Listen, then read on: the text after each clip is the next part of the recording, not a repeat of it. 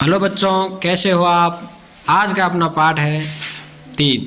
पाठ का नाम है झीलों की नगरी। तो पहले पाठ को पढ़ते हैं। मैं कंकु हूँ, मैं उदयपुर में रहती हूँ।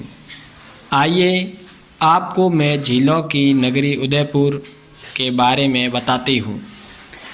उदयपुर नगर अरावली पर्वतमाला के बीच स्थित है।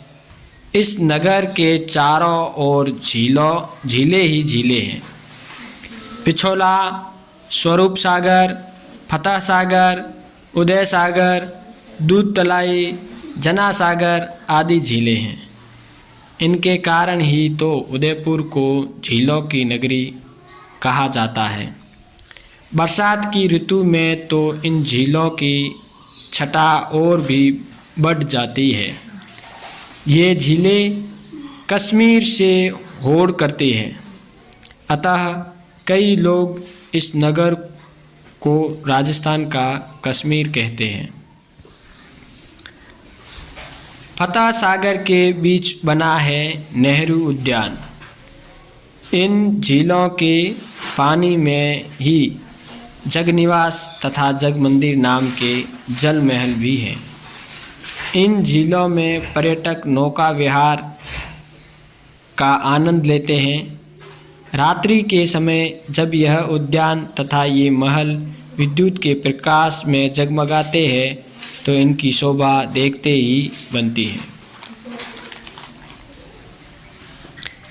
एक विशेष बात यह है कि ये झीलें इस प्रकार बनी है कि एक झील का पानी दूसरी झील में आता है, अतः ये झीलें जल संरक्षण का उत्कृष्ट उदाहरण हैं। इस झील में ही उत्तर की ओर एक सौर वेधशाला यानी कि सोलर ऑब्जर्वेटरी भी बनी हुई है।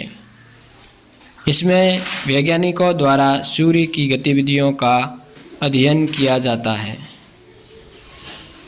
उदयपुर नगर में कई ऐतिहासिक तथा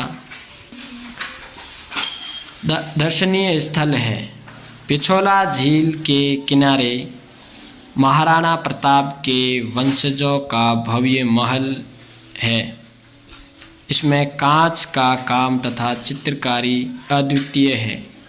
फतह सागर के किनारे पूर्व की और मोती मगरी नाम का प्रसिद्ध ऐतिहासिक स्थल है। इस पर चेतक घोड़े पर सवार महाराणा प्रताप की विशाल प्रतिमा है।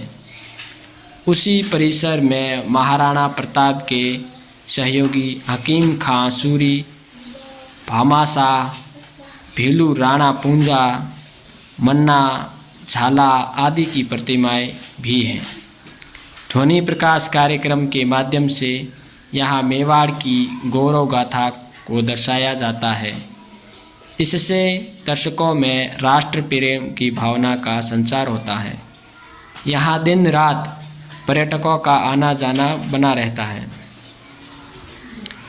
फतह सागर के पास ही उत्तर में स्थित एक पहाड़ी पर नीमच माता का सुंदर मंदिर है। यहाँ प्रतिदिन श्रद्धालुओं का तांता लगा रहता है। इस पहाड़ी के पीछे ही प्रताप गौरव केंद्र बना हुआ है। यहाँ महाराणा प्रताप की 57 फीट ऊंची प्रतिमा है। यह प्रताप की 57 वर्ष की आयु में स्वर्गवास होने की याद दिलाती है। यहाँ एक थिएटर भी है। इसमें महाराणा प्रताप के जीवन संघर्ष से जुड़ी एक डॉक्यूमेंट्री फिल्म भी दिखाई जाती हैं। इसके अतिरिक्त यहाँ कुछ अन्य प्रतिमाएं भी लगी हुई है। उनके साथ उनका संक्षिप्त परिचय भी लिखा है। यह एक प्रेरणा स्थल है जहाँ विशाल भारत, गरिमामय राजस्थान तथा गौरवपूर्ण मेवाड़ का दिग्दर्शन होता है। फतेह सागर के पश्चिम में एक पहाड़ी पर सज्जनगढ़ का किला है। इसे महाराणा सज्जन सिंह ने बनवाया था। हाल ही में राजस्थान सरकार द्वारा इस वन्य क्षेत्र को अभयारण्य घोषित किया गया है। इससे आगे कुछ ही दूर पर पश्चिम में शिल्पग्राम है। यहाँ लोक कलाओं के विकास के लिए कई कार्यक्रम आयोजित किए जाते हैं। यहाँ प्रतिवर्ष दिसंबर माह में एक मेला लगता है। इसमें देश विदेश के कई कलाकार अपनी कलाओं का प्रदर्शन करते हैं। झीलों की इस नगरी में गुलाब बाग तथा सहेलियों की बाड़ी नाम से 2 सुंदर बगीचे हैं। गुलाब बाग में भांति भांति के गुलाब खिलते हैं। इनकी भीनी महक से दर्शकों का दिल बाग बाग हो जाता है। यहाँ एक चिड़ियाघर भी है। रंग बिरंगी चिड़ियाओं का चहकना सबको आनंदित कर देता है। यहाँ बच्चों की रेलगाड़ी भी है। आप चाहो तो इसमें यात्रा कर सकते हो, किंतु टिकट लेना मत भूलना। इसके अलावा यहाँ पहले भालू, शेर, चीते, बंदर आदि भी थे। यहाँ शेर की दहाड़े सुनी जा सकती थी। हिरण को कुलांचे भरते देखकर बच्चे खुश होते थे। किंतु जब से सज्जनगढ़ को अभयारण्य घोषित किया गया है, सब वन्य प्राणियों को वहाँ स्थानांतरित कर दिया है। सहेलियों की बाड़ी में जब फव्वारे चलते हैं, जन्नत का नज़ारा लगता है। इन झीलों के किनारे वर्ष में 2 बार मेले लगते हैं। हाँ, हरियाली अमावस्या तथा गणगौर के अवसर पर इन मेलों में सारा शहर उमड़ पड़ता है। पास पड़ोस के लोगों की भीड़ भी जमा हो जाती हैं। पाँव रखने तक की जगह नहीं मिलती। इन मेलों में यदि आप आओ तो चक्री, डोलर, झूलों में ज़रूर झूलना। हाँ, इतिहास में प्रसिद्ध इस नगर में भारतीय लोक कला मंडल भी है। यहाँ भी लोक कलाओं के विकास पर योजनाएं बनाई जाती हैं। इस संस्था की देश विदेश तक अपनी अनूठी पहचान है। यहाँ कई प्रकार की कठपुतलियाँ हैं।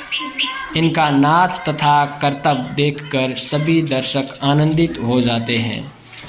ये सभी बातें इस झीलों की नगरी की सांस्कृतिक धरोहर है। यदि आप इन सबका आनंद लेना चाहते हो तो मेरा निवेदन है, पधारो हमारे देश। इस प्रकार झीलों की नगरी पाठ अपना पूरा हो जाता है। अब हम पढ़ते हैं इसके शब्दार्थ। प्रसिद्ध का मतलब है मशहूर। दर्शनीय का मतलब है देखने योग्य। पर्वतमाला का मतलब है पहाड़ों की पंक्ति। उत्कृष्ट का मतलब है श्रेष्ठ। अद्वितीय का मतलब है जिसके समान दूसरा ना हो। अब उच्चारण के लिए है जो आप मेरे साथ उच्चारण करोगे, ठीक है। उत्कृष्ट, उत्कृष्ट, उत्कृष्ट, उत्कृष्ट, प्रसिद्ध, प्रसिद्ध, प्रसिद्ध, दर्शनीय, दर्शनीय, दर्शनीय, श्रद्धालुओं, श्रद्धालुओं, श्रद्धालुओं। अब है प्रश्नोत्तर। अरावली पर्वत के बीचों बीच कौन सा शहर है? उदयपुर शहर। कौन सा शहर है? उदयपुर शहर। दूसरा है प्रश्न, नेहरू उद्यान कहाँ है? कहाँ है नेहरू उद्यान? फतेह सागर में। फतेह सागर के बीच में नेहरू उद्यान है। जो मैं बोल रहा हूँ वो अभी से लिख लो, क्योंकि प्रश्न उत्तर आपको लिखने पड़ेंगे, तब ये लिखना पड़ेगा उत्तर। चेतक घोड़े पर सवार महाराणा प्रताप की प्रतिमा कहाँ है? घोड़े पर सवार महाराणा प्रताप की प्रतिमा कहाँ पर है? मोती मगरी पर है। कहाँ पर है? मोती मगरी पर है। घोड़े पर सवाल, चेतक घोड़े पर सवार महाराणा प्रताप की प्रतिमा मोती। कोष्ठक में दिए गए शब्दों में से उचित शब्द चुनकर रिक्त स्थानों की पूर्ति करें। कोष्ठक में दिए हुए हैं राष्ट्र प्रेम, शौर वेधशाला, प्रताप गौरव केंद्र, नीमच माता। फतेह सागर झील में उत्तर की ओर एक क्या है? शौर वेधशाला है। क्या है? शौर वेधशाला है। अगला है, इससे दर्शकों में राष्ट्र प्रेम की भावना का संचार होता है। लिख भी लो, शौर वेधशाला लिखो इसमें, वेधशाला, यहाँ लिखो राष्ट्र प्रेम।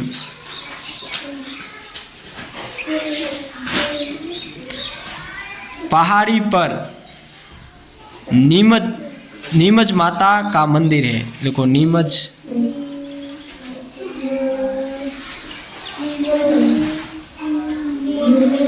पहाड़ी के पीछे प्रताप गौरव केंद्र,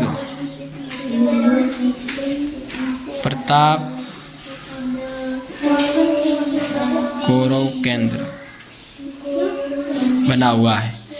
अगला है, सही उत्तर का क्रमाक्षर कोष्ठक में लिखे। राजस्थान का कश्मीर कहा जाता है उदयपुर को। स। महाराणा प्रताप के घोड़े का नाम चेतक। शौर वेधशाला में क्या होता है? सूर्य की गतिविधियों का अध्ययन होता है। क्या होता है? सूर्य की गतिविधियों का अध्ययन। मोती मगरी परिसर में किन किन की प्रतिमाएं हैं? मोती मगरी में महाराणा प्रताप के सहयोगियों की और महाराणा प्रताप की इनकी प्रतिमा लगी हुई है। एक बार किताब में फिर से देख लेते। अगला है, मोती मगरी परिसर में किन किन की प्रतिमाएं हैं? ये देखो, मोती मगरी पर चेतक घोड़े पर सवार महाराणा प्रताप की विशाल प्रतिमा है। उसी परिसर में महाराणा प्रताप के सहयोगी हकीम खान सूरी, भामाशाह, भीलू राणा पूंजा, मन्ना झाला आदि की प्रतिमाएं हैं। ये सवाल याद करके यहाँ से अंडरलाइन कर लो, यहाँ तक लिखना है आपको। इसका उत्तर चौथे प्रश्न का उत्तर है, मोती मगरी परिसर में किन किन की प्रतिमाएं हैं? चेतक घोड़े पर सवार महाराणा प्रताप की और महाराणा प्रताप के सहयोगियों की हकीम खान सूरी, भामाशाह, राणा पूंजा, झाला, ठीक है ना, उनकी। महाराणा प्रताप की प्रतिमा 57 फीट ऊंची ही क्यों है? क्योंकि 57 वर्ष की उम्र में उनकी मृत्यु हुई थी। इस कारण 57 फीट ऊंची उनकी प्रतिमा लगा दी गई ताकि अपने को याद रहे। शिल्पग्राम में क्या क्या होता है? शिल्पग्राम में कलाओं का प्रदर्शन होता है। देश विदेश के लोग आते हैं, अपनी कलाओं का प्रदर्शन करते हैं, शिल्प कला का, ठीक है ना। बच्चों की रेलगाड़ी कौन से बाग में चलती है? इसका उत्तर देखो, बच्चों की रेलगाड़ी कौन से बाग में चलती है? गुलाब बाग में। कौन से बाग? गुलाब बाग में। बच्चों की रेलगाड़ी कौन से बाग में चलती है? गुलाब बाग में। एक ही प्रत्यय लगाकर बहुवचन बनेंगे। एक वचन बहुवचन। सहेली सहेलियाँ, लड़की लड़कियाँ, लड़कियाँ, रोटी रोटियाँ,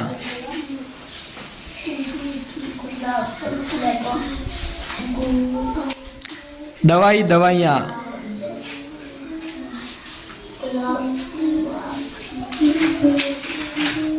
झीलों की नगरी में, यह भी करें। झीलों की नगरी में क्या क्या है? जो आपने पाठ में पढ़ा है वो आपको बता देना है, ठीक है। इस प्रकार अपने ये